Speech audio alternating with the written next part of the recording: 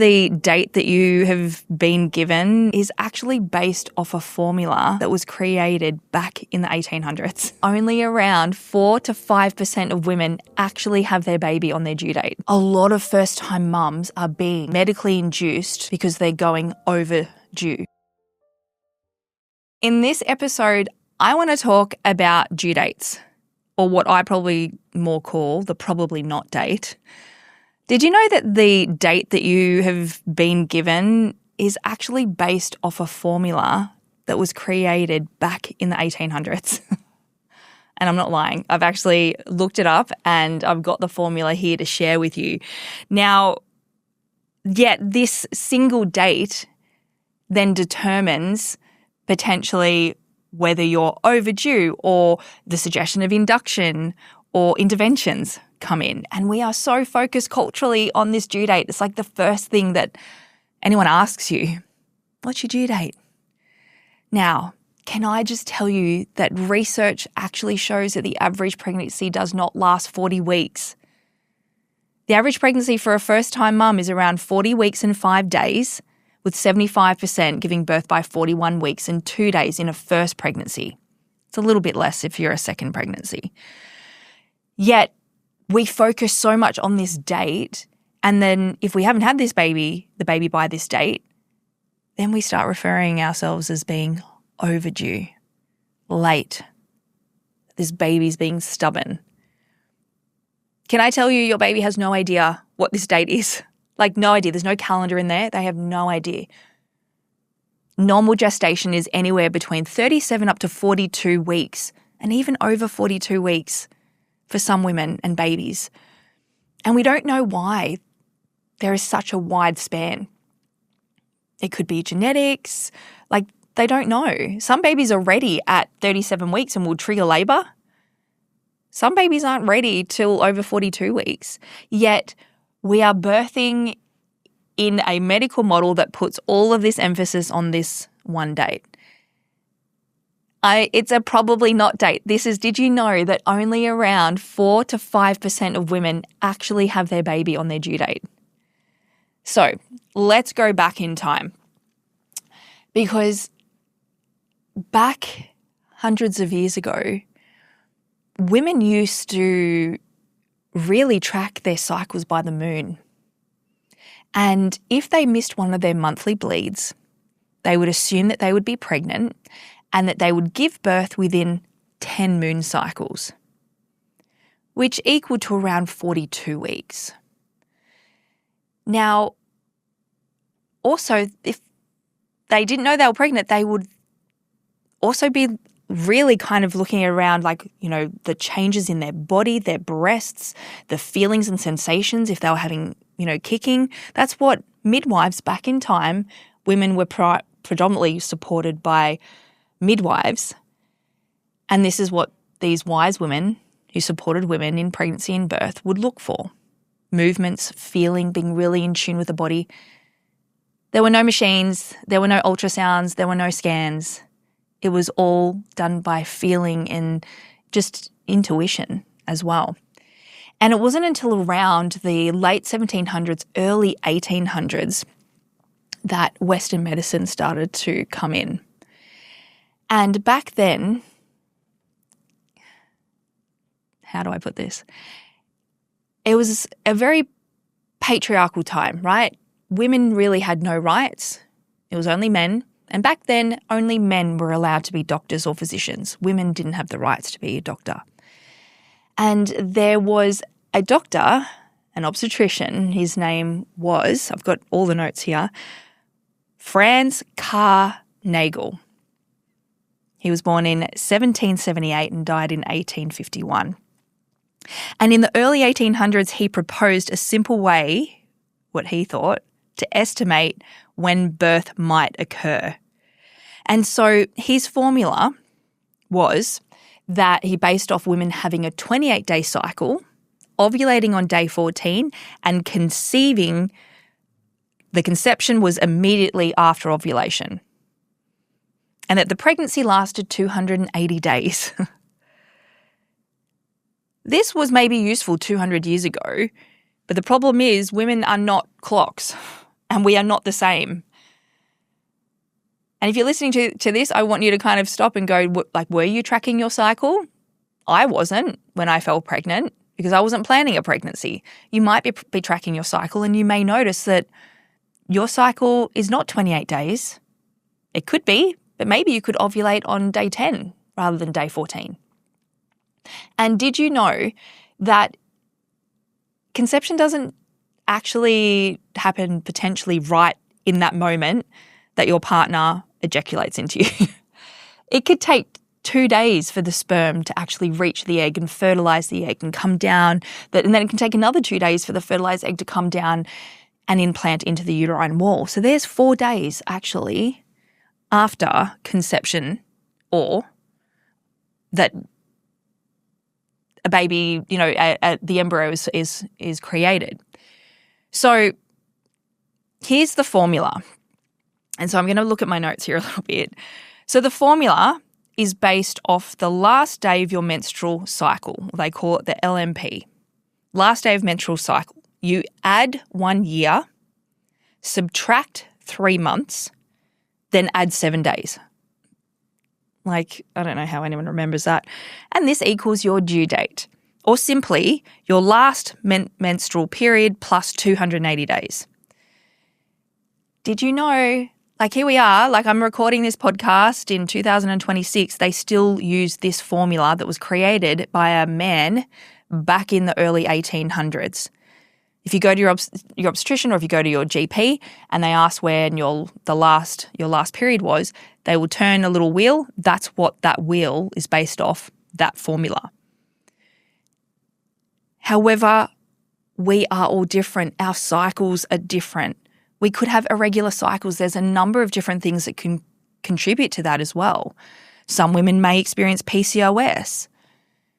Breastfeeding can also affect our menstrual cycle if you have had a baby. Or if you've recently stopped contraception as well. It's like actually getting your body back into a normal cycle, especially if you've been on birth control for a number of years. It can take some time for your body to come back into that homeostasis. IVF is also different too, and even uncertainty about dates. And I'm going to be honest with you, for me, when I first found out I was pregnant, I was like, I knew. Like, I actually was very clockwork with my cycle because I have not really ever taken contraception. But also something that's now, where we are now, we have ultrasound. But many women think that ultrasound gives an exact due date, but it's like not quite. Early ultrasounds actually estimate gestational age by measuring the embryo size. So it is the most accurate clinical method for dating during pregnancy in the first trimester, but it's still an estimate. It's not a prediction of the day labour will begin. So it estimates gestational age, not when the labour will spontaneously start. So one of the biggest myths that women think is that pregnancy is exactly 40 weeks. And actually, human gestation, as I mentioned before, is anywhere between 37 to 42 weeks. And though if your cycle was not right on and you didn't ovulate on that 14th day, like, this is where it can be out. Yet within our medical model, you're given a due date, it's entered into the system, and that then determines when the conversations will come around intervention and induction of labour. Now, one of the main reasons that I see within my clients, now please know this is not necessarily evidence-based, and I do like to share evidence-based information within the podcast, is a lot of first-time mums are being medically induced because they're going overdue. Now, this also depends on the model of care that you've chosen as to when they may suggest it. So here in Australia, within the public system, they have a recommendation or a policy that if you've not had your baby by 41 weeks and 3 days, that they'll induce a labour. And what happens here is that if you refuse, then this is where potentially sometimes the risks then want to be spoken about. And a lot of women will fawn and agree to the intervention without understanding actually what induction of labour is. And then they end up on a pathway potentially that they didn't want to be on. Yet was that due date accurate? It's not. There's no potentially accurate due date because we don't know what's normal for you and your gestation. And so if I could just give you a few tips. If you're watching this and you're trying to conceive, I would recommend tracking your cycle. Get to know your body, feel into your body when you're ovulating. However, what I recommend that you do is actually talk to your mother and your grandmother and the line of women in your family. If they went into natural physiological labour, so they weren't induced or had a cesarean, at what gestation did they go into labour? Because it could be genetics. If your mother went into labour at 42 weeks with you, then genetically your body may need to carry a baby for 42 weeks. Now, it's not always right, and every baby's different. My first baby, which you're going to hear about my kids throughout the podcast, my son Harley, I went into labour with him at 39 weeks. I was not ready.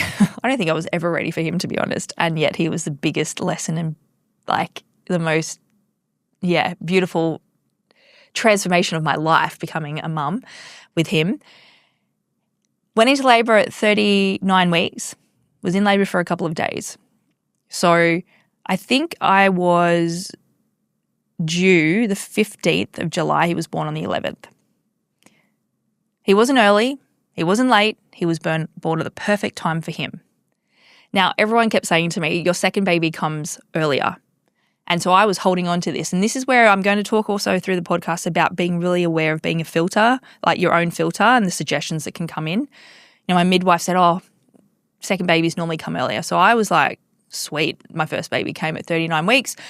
I'm going to start trying to bring this labour on. Boy, was I wrong to do that. By 37 weeks. I was doing all the things, everything, to bring my second baby on because I really wanted to have a home birth. I had a hospital birth for my son. I really wanted to have a home birth for my daughter. And, 39 weeks passed. 40 weeks passed. I didn't go into labour with her until I was, I think, right on 41 weeks. So even babies can be different to the mother. It's what's right for you, your body and your baby. And your baby is actually, from what I have learnt, is what they believe triggers all the hormonal changes in the body. There is an intricate talking between you and your baby. And so it's actually your baby and your body that decide your due date. So I would really suggest when you're given this due date, just take it with a grain of salt. And honestly, my suggestion would also be stop sharing your due date with people because then I find well-meaning family members and friends then potentially could start putting pressure on you, especially if you go over. And that can be hard. So just hold it. Give a roundabout time. If you're due on the 15th of September, kind of say around the end of September. Just keep it to yourself because no one actually knows. And always be mindful that if you are birthing within a hospital model and they start suggesting induction of labour, a good question to ask is, how accurate is this due date? How do we know that I'm actually 41 weeks and 3 days? You could only be 40 weeks and 5 days, especially if it took a number of days for the sperm to reach the egg and the egg to be implanted into the uterine wall. So take it as it is, but I've got some more stats here for you.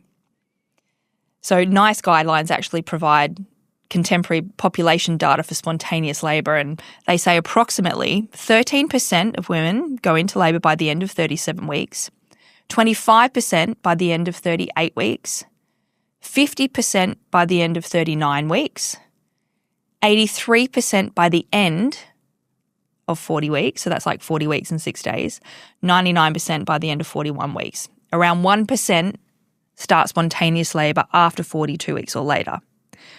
And this is powerful because it normalises that many healthy pregnancies naturally continue beyond the estimated due date. So take this information, do with it as you wish, but my suggestion would be just maybe keep that probably not date to yourself. Surrender and trust your body, because your body and your baby will know exactly when to go into labour. You just need to trust it. Thank you for listening to this episode. I am excited to share more. I've got more great guests coming up on the podcast, so stay tuned. Make sure that you subscribe to the podcast and share this. And for those of you who are really ready to jump in and actually learn more about your options and communication skills and birth partner techniques, please know that I offer a number of educational options. I have some beautiful hypnosis and meditation bundles that are under $100. Most of them are under $50. So I have conception bundles, pregnancy. I've got twin hypnosis bundles, breech. So if you know your baby's breech, I've got a hypnosis for breech babies, right through to postpartum. And even better, I have the Journey to Birth online self-paced course. This is my full program that incorporates hypnobirthing, linguistics and communication, optimal positioning for birth partner techniques. It's a full childbirth education program that you can purchase right now and start educating yourself for birth. So for those of you who know you're ready and want to learn more on how you can achieve a positive and empowered birth, I'm going to invite you to click into the show notes. And because you are listening to the podcast, I want to offer you a special discount of 10% off when you use the code podcast10 for any of my courses. All right, that even includes my private coaching. Or if you're on the Gold Coast, come and work with me in person. I offer a number of face-to-face courses on the Gold Coast. I want to ensure that you have all the information to create a beautiful birth map so you can go into your experience feeling like you're the driver of this experience. Thanks for joining me. Once again, a little reminder that this is not to be taken as medical advice or in the replacement of the advice of your medical caregivers. Go and ask your midwife and your obstetrician more questions about due dates and see what they have to say. Thanks for joining me.